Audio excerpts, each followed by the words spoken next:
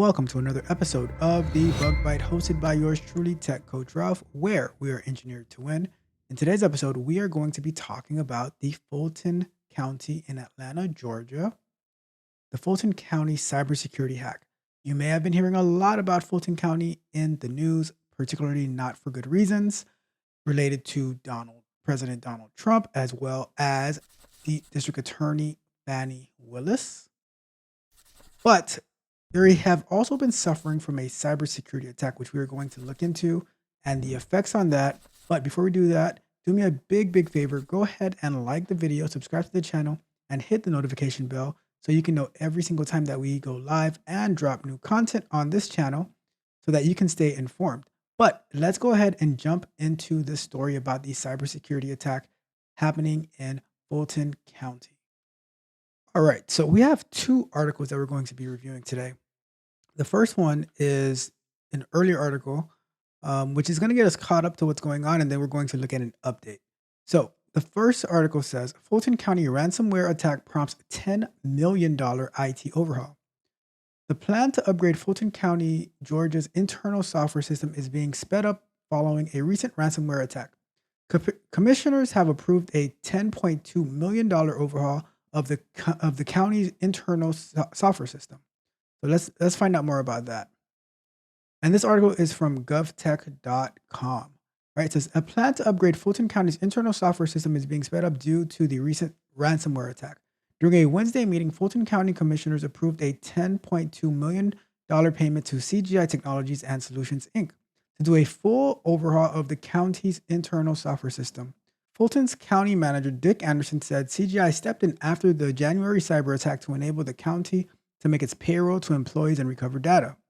The firm was selected to upgrade Fulton's enterprise resource planning software known as ERP through a request for information process that started in 2022. Fulton has been, so one thing I want you guys to notice, right? This started in 2022. We're in 2024 right now. These governments, it takes absolutely forever for them to actually get anything done, but let alone upgrade their software. Fulton has been using the current internal software for 25 years.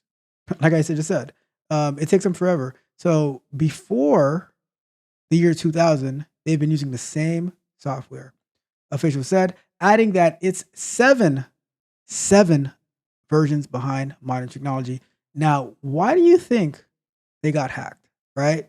Why do you think they're dealing with this now? Because these governments, they think with software, if it's working, then it's not broken. But it's so easy to get out of date within months, but they know best, right? In addition to approval of funds to CGI, the commission approved $1.2 million payment to ISG Public Sector to provide independent verification and validation services during the CGI software upgrade. So CGI is going to be doing the upgrade, and then ISG is going to be doing the QA, pretty much the QA. Fulton plans to complete the tech upgrade before mid-summer 2025. So a 26-year process to get new software. I think many of you know the importance of how mission critical an ERP platform is to operating an organization. Fulton Information Technology CIO Kevin Kerrigan said, well, I don't know if you know, because if it was that important, it would have happened a long time ago. This is how we pay our vendors, how we pay employees, our retirees, how we interact every day with our community. This is really the backbone of to how we conduct business. And that's the thing with me. I do not want my money anywhere near the government because anyways, whatever. The hacking group Logbit claimed responsibility for the ransomware attack. County officials said on Tuesday said they did not pay the hackers and that no ransom was paid on the county's behalf. During Wednesday's meeting, Anderson provided a brief update saying recovered and restored data from the breach has been largely uploaded to the county's software systems. Vendors are being paid with some delays, he added. The county expects to be able to make pension payments as usual on March 1st. Email systems are working, and about half of the county's phone numbers are restored and operating normally, Anderson said. And if you need more information about that, you can go to fultoncountyga.gov/cyberresponse. So that's the first article. But there is a second article I did want to dig into a little bit more to get some more insight on it. So this article comes to us by Tech Report, and it's titled Georgia's largest county is still struggling with January's cyber attack. New threats launch from Lockbit Gang. This article is written by Krishi Chowdhury. All right, and this was on March. It was updated on March 4th, 2024. This Fulton County, Georgia's biggest county, is still dealing with the aftermath of January's cyber attack. Half of the phone lines and some online systems are still down. The county has already missed previous deadlines to pay the ransom, believing the group has been nabbed, but it resurfaced on the dark web and launched fresh threats to the officials. So let's get into this one. Fulton County in Georgia, which was attacked last month by a hacker group, is still struggling with the ransomware. The attack was confirmed on January 30th, 2024, and was initialized by Logbit, an infamous ransomware gang that has been in the news quite often, attacking major organizations across the world and completely crippling their ability to operate. Even in this case, the attack was so severe that all official phone lines were shut. The government could not access many online systems, including vehicle and marriage registrations, severely inconveniencing the citizens. As per their usual style of attack, the gang threatened to leak all confidential data they had collected from the county unless the ransom was paid on time.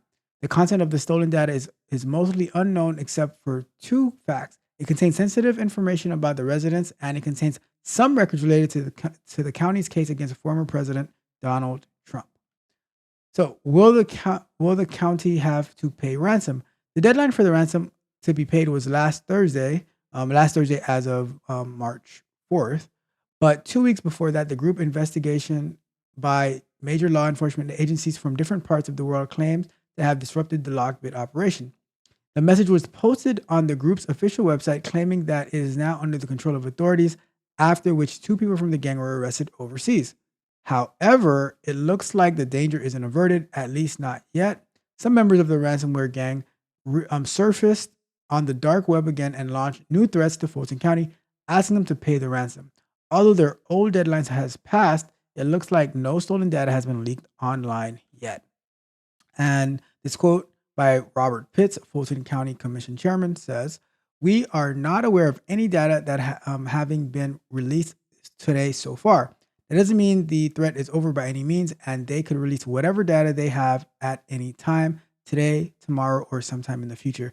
And this is what it feels like to be for them to be holding you by the you know what, because you don't know what data they have, who has it, where it's at, and you're just hoping for the best when these hackers, they might very well have the data, and they might have contingency plans, and it's very dangerous. And this is what happens when you don't upgrade your software the way that you should, in the timely manner that you should.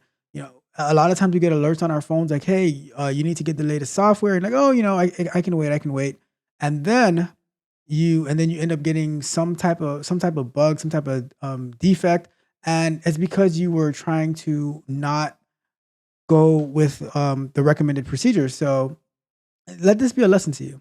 They have not paid any ransom yet, and we do not know if they plan to pay now that the threat has been renewed. Neither Pitts nor the spokesperson for Fulton County were available for any comment. What is the condition right now? Although most of the offices resumed operations, half of the phone lines and online systems are still down. For example, the water bill system is up, but property tax system is not working.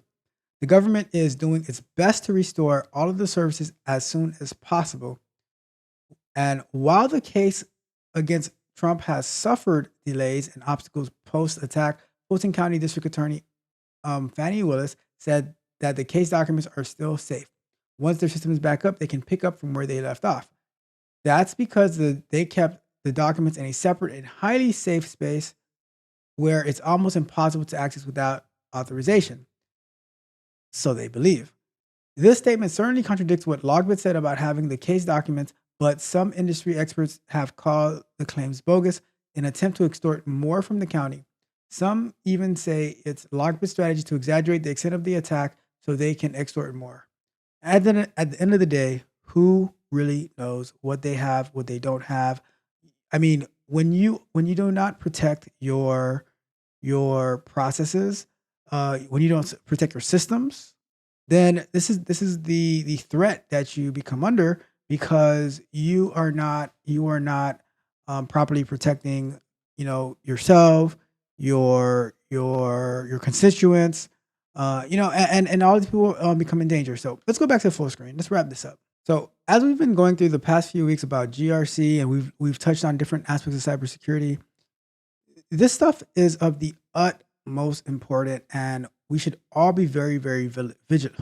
We should all be very, very vigilant in our approaches to cybersecurity, securing our data, securing everything. Because if falls into the hands of the wrong people, can you even imagine how much money this has cost Fulton County?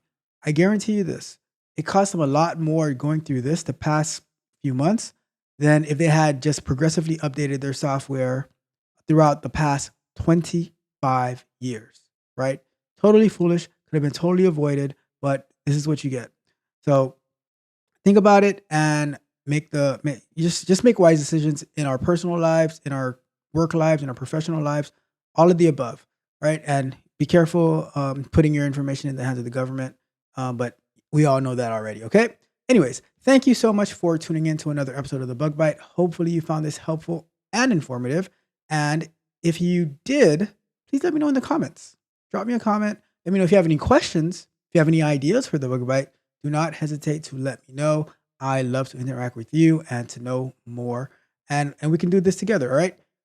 On that note, I am going to be wrapping it up. If you haven't done so yet, do me a huge favor. Like the video, share the video, subscribe to the channel, hit the notification bell so you can know every single time that we go live. If you need additional information about transitioning into the tech field, into QA, software engineering, or if you need personalized one-on-one coaching with me, go over to www.techcoachralph.dev, where we can work together. But on that note, this has been another episode of The Bug Bite. This is Tech Coach Ralph, and we are out.